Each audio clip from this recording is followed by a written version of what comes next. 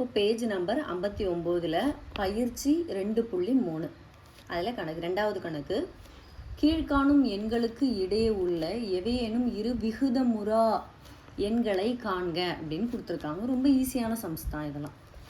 அதில் அந்த செகண்டில் ஃபஸ்ட்டு 0.3011000011 அதிலிருந்து மற்றும் 0.302000200002 இது ரெண்டுத்துக்கும் இன்பிட்வீனில் உள்ள ரெண்டு விகிதமுறா எண்களை கேட்டிருக்காங்க. இது நடுவில் ரெண்டு எடுக்கிறது நம்ம ஈஸி இல்லை. இப்போ இங்கே 1லேருந்து 0 1 2 3 4 எத்தனை நம்பர் வேணாலும் நம்ம எடுத்துக்கலாம். ஏன்னா இங்கே 2 இருக்குது, இங்கே 1 இருக்குது. ஸோ இதுக்கு ரெண்டுத்துக்கும் நடுவில் வர்ற மாதிரியான எந்த ரெண்டு டிஜிட்டை வேணாலும் நம்ம எழுதிக்கலாம். நீங்கள் எது வேணாலும் எழுதிக்கலாம். நான் என்ன எழுதிக்கிறேன்னா 0.301 20220022ன்னு எடுத்துக்கிறேன். அடுத்தது இங்கே 2க்குள்ளே இருக்கணும். அடுத்து 0.30130330033 அப்படிங்கிறத எடுத்துக்கிறேன். ரெண்டு ஏதாவது இதுக்கு இன்பிட்வீனில் உள்ள ஏதாவது ரெண்டு நம்பர் எடுத்து ஒன்றுக்கும் 5க்கும் நடுவில் ரெண்டு நம்பர் எடுன்னு எடுப்போம். அதே மாதிரி தான் இதுவும் நான் எடுத்துருக்கேன். அவ்வளோதான். அது பாயிண்டில் கொடுத்துருக்கேன், கன்ஃபியூஸ் ஆக வேணும். இந்த டிஜிட்டை மட்டும் பார்த்துட்டு இதுக்குள்ளே வர்ற மாதிரியான நம்பரை நம்ம எடுத்துக்கணும். அடுத்தது ரெண்டாவது சம் 6.7 மற்றும் 12.3க்கு ரெண்டுக்கும் நடுவில் உள்ள ரெண்டு விகிதமுறா எண்களை கேட்டிருக்காங்க. ஸோ நம்ம என்ன பண்ணுறோம் அப்படின்னா இதை எடுத்துப்போம். இந்த 6/7 அப்போ நான் என்ன பண்ணிக்கணும், 7 வந்து 6ஆல் வகுக்கணும். அதாவது இந்த 7 இருக்கு இல்லைங்களா, அதாவது 6ஐ 7ஆல் நான் வகுக்கிறேன். அப்போ என்ன பண்ணிடுவேன், 7 இங்கே கீழே இருக்கிற நம்பர் இங்கே போட்டுப்போம், 6ன்னு நான் போட்டுக்கிறேன். ஆனால் 6 அடங்காதுங்கிறதுனால புள்ளி வச்சு என்ன பண்ணிக்கிறேன், 0 போட்டுக்கிறேன். அதுக்கப்புறம் 7 8 56. இந்த 0 எப்படி வந்தது, 6 தான் இங்கே இருக்கணும். 0 எப்படி வந்ததுன்னா புள்ளி வச்சு 0 சேர்த்துக்கிறேன். மீதி 4 கிடைக்கும். அது இங்கே புள்ளி இருக்கிறதுனால 0 போட்டுக்கிறேன். 7 5 35. மீதி எவ்வளோ கிடைக்கும், 5 கிடைக்கும். 0 போட்டுக்கிறேன். 7 7 49. மீதி 1 அப்படியே 0 போட்டுக்கிறேன். 1 7 7ன்னு கிடைக்கும். அப்புறம் மீதி 3 வரும். அந்த புள்ளி இருக்கிறதுனால 0 போட்டுக்கிறோம். 7 9 28ன்னு கிடைக்கும். மீதி 2 கிடைக்கும். 0ன்னு வந்துருச்சு. 0 நம்ம போட்டுக்கிறோம். அடுத்தது 7 2 14. மீதி 6 கிடைக்கும். அப்புறம் திருப்பி இந்த 60 வந்துருச்சுனாலே திருப்பி 56 40 அப்படிங்கிற ரிப்பீட் ஆகிட்டே இருக்கும் இல்லைங்களா. அப்போ இந்த நம்பர் நமக்கு கிடச்சிரும். அந்த 8 5 7 1 4 2ங்கிறது இந்த ரிப்பீட் ஆகிட்டே எனக்கு இருக்கும். ஸோ இதை கண்டுபிடிச்சிட்டேன். அடுத்தது இங்கே பாருங்கள், அதே மாதிரி இந்த 13 அதாவது 12 13ஆல் நான் என்ன பண்ணுறேன், வகுக்கிறேன். உள்ளே போகாது அப்படிங்கிற அடங்காதுங்கிறதுக்குனால என்ன பண்ணுறேன் அப்படின்னா 0 புள்ளி அதாவது புள்ளி வச்சுக்கிட்டேன். புள்ளி வச்சதுனால இங்கே ஒரு 0 சேர்த்துக்கிட்டேன். இப்போ 13 × 9 117ன்னு கிடைக்கும். மீதி 3 புள்ளி இருக்கிறதுனால 0 போட்டுக்கிட்டேன். 13 2 26. மீதி 4 இருக்கும். அப்படிங்கிறது ஒரு 0 போட்டுக்கிறேன். 30ல் 26 போச்சுன்னா மீதி 4. இங்கே வந்து ஸோ 13 2 26ங்கிறது கிடச்சிருச்சு. மீதி 4 அப்படியே 0 போட்டுக்கிறேன். 13 3 39ன்னு கிடச்சிருச்சு. மீதி 1. இங்கே ஒரு புள்ளிக்கு ஒரு 0 சேர்த்துக்கிறேன். அப்போனால 10 வந்து எனக்கு 13ல் வந்து போகாது அப்படிங்கிறதுனால நான் என்ன பண்ணிக்கிறேன், திருப்பி ஒரு 0 சேர்க்குறேன். எக்ஸ்ட்ரா 0 சேர்க்கும் போது இங்கேயும் நான் 0 சேர்த்துக்கிறேன். அப்புறம் 13 × 7 91ன்னு கிடைக்குது. 91னா மீதி எவ்வளோ கிடைக்கும், 9ன்னு கிடைக்கும். அங்கே புள்ளி இருக்கிறதுனால இங்கே ஒரு 0 சேர்த்துக்கலாம். அப்புறம் 13 × 6 78ன்னு கிடைக்கும். மீதி எவ்வளோ வரும், 90ல் இப்போ 78 போச்சுன்னா மீதி 12. அங்கே புள்ளி இருக்கிறதுனால ஒரு 0 சேர்த்துக்கிறேன். திருப்பி எனக்கு 117ங்கிறது 9ங்கிறது திருப்பி எனக்கு ரிப்பீட் ஆகும்.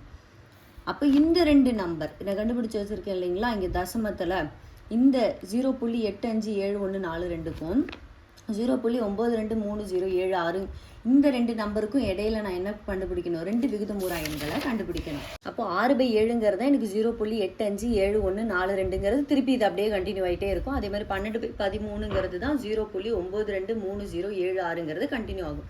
இதுக்கு ரெண்டுக்கும் நடுவில் எந்த நம்பர் வேணாலும் 8 6 வச்சு இந்த 92க்குள்ளே நம்ம எந்த நம்பர் வேணாலும் எடுத்துக்கலாம். நான் ஏதோ ஒரு 2 நம்பர் எடுத்துக்கிறேன். 2 நம்பர் தான் கேட்டிருக்கிறதுனால இப்போ 0.86616111 666 111 அப்படின்னு எடுத்துக்கிறேன். அதே மாதிரி 0.871 7711 777111ங்கிற 2 நம்பரை எடுத்துக்கிறேன்.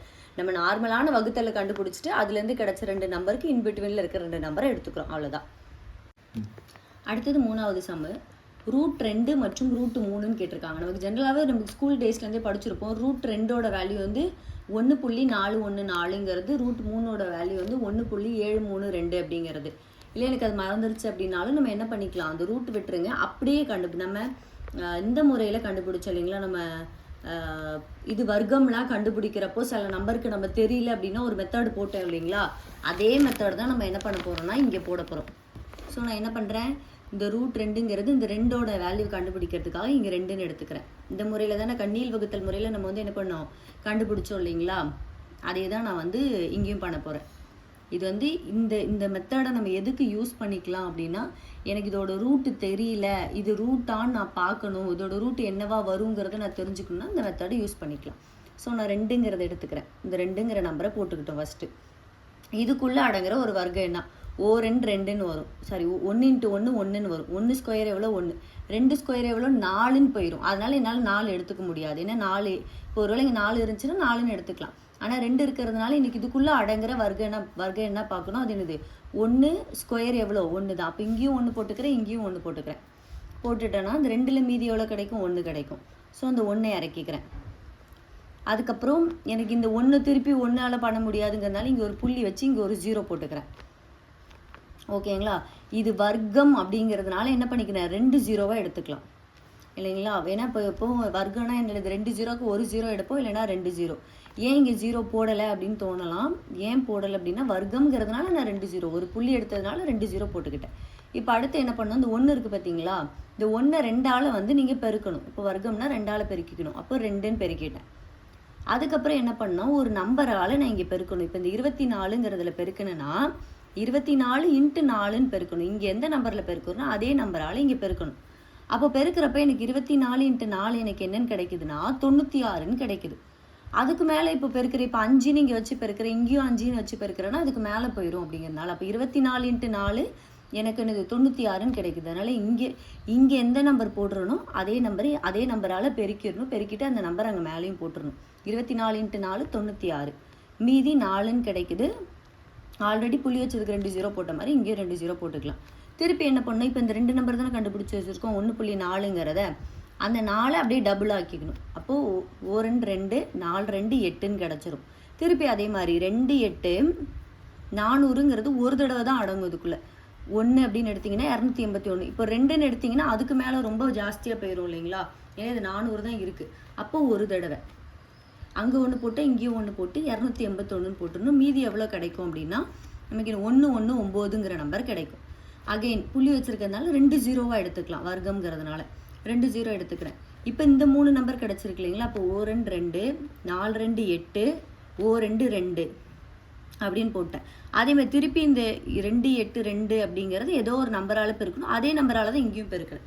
அப்போ நான் 4ஆல் பெருக்கிறப்ப எனக்கு என்ன கிடச்சிது அப்படின்னு பார்த்தீங்கன்னா 11296 அப்படிங்கிறது கிடச்சிது. இங்கேயும் 4 போட்டுக்கிட்டேன், மீதி 604 அப்படிங்கிறது வந்தது. அப்புறம் திருப்பி போட அது வந்து அப்படியே போயிட்டே தான் இருக்கும் அப்படிங்கிறதுனால நான் இதோட நிப்பாட்டிக்கிட்டேன். அப்போ √2ஓட வேல்யூ 1.414.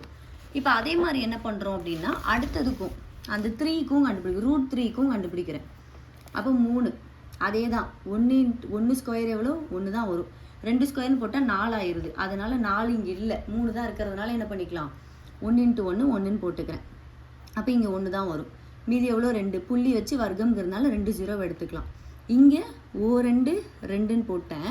திருப்பி இங்கே ஏதோ ஒரு நம்பரை வச்சு நான் பெருக்கணும், அதே நம்பரால் தான் இங்கேயும் பெருக்கணும். அப்போ 7 என்னது 49 9ன்னு வந்துருச்சு. அப்போ 27 × 7 எவ்வளோ எனக்கு 189. மீதி எவ்வளோ கிடைக்கும் 11ங்கிறது கிடைக்கும். புள்ளி வச்சுருக்கிறதுனால வர்க்கத்துக்கு 2 0 போட்டுக்கிட்டேன். இப்போ இங்கே என்ன பண்ணும், 2ஆல் பெருக்கணுமா. அடுத்து என்ன பண்ணுறோம், திருப்பி இந்த 2 நம்பரை நம்ம 2ஆல் பெருக்கணுமா. அப்போ 17 × 2ஆல் பெருக்குமா, 7 2 14 1 2 34ன்னு கிடைக்குமா. ஸோ அந்த 34 இங்கே போட்டுக்கிறேன்.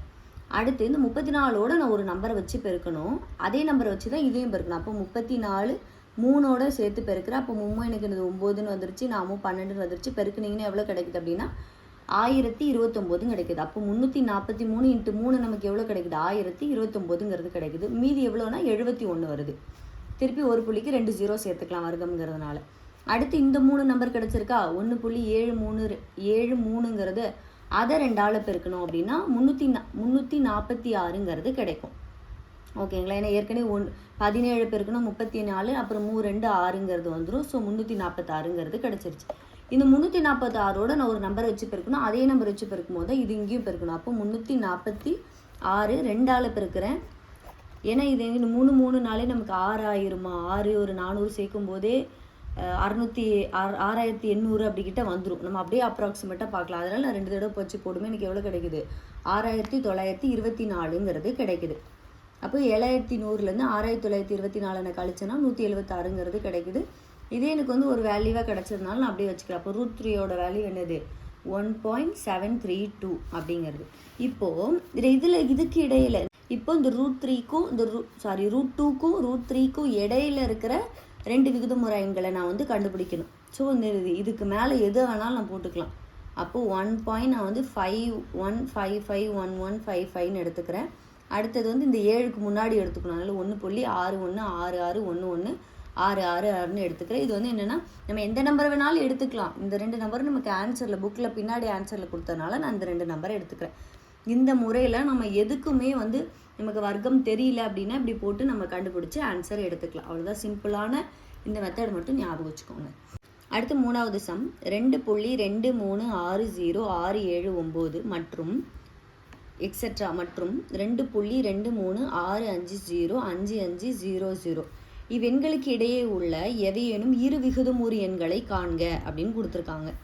2க்கும் நடுவில் உள்ள ஏதாவது ஒரு நம்பர் நான் வந்து 2.2362ன்னு எடுத்துக்கிறேன்.